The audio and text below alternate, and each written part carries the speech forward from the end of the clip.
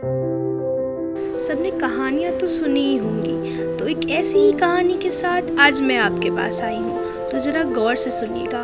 एक बार की बात है, गांव में सभी के घरों में साफ सफाई का काम चल रहा था। कहीं पुताई हो रही थी तो कहीं रंगाई का काम चल रहा था, तो कोई अपने घरों में लाइटें लगा रहा था।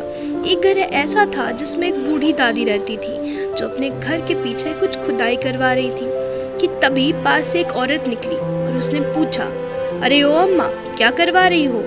तो अम्मा ने बोला, कुछ पेड़ लगवाने का सोच रही हूँ इस बार, इसलिए खुदाई करवा रही थी।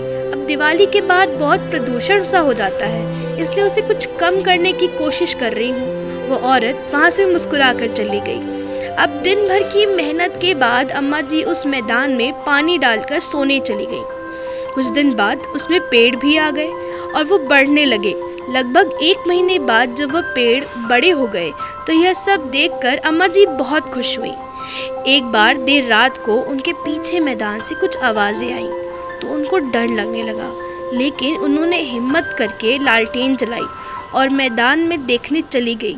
वहाँ जाकर देखा तो चिड़ियों का एक झुंड आपस में बातें कर रहा था और अपना घर बना रहा था। यह देखकर अम्मा जी बहुत खुश हुई और उनको लगा कि मानो वो चिड़िया उन्हीं को धन्यवाद कह रही हूँ।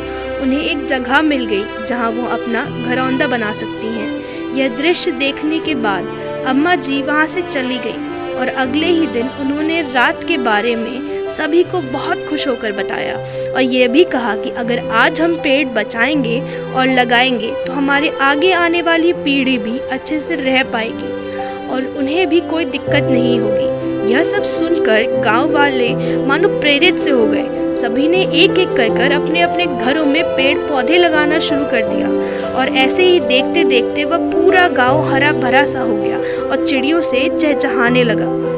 आपका हर एक कदम आने वाली पीढ़ी का भविष्य तय करता है, इसलिए इसमें कोई भी लापरवाही मत करिए और आज ही अपने आसपास खूब सारे पेड़ पौधे लगाइए और आप भी उसका लुत्फ उठाइए। तब तक के लिए अलविदा। मिलते हैं जल्द एक नई कहानी के साथ।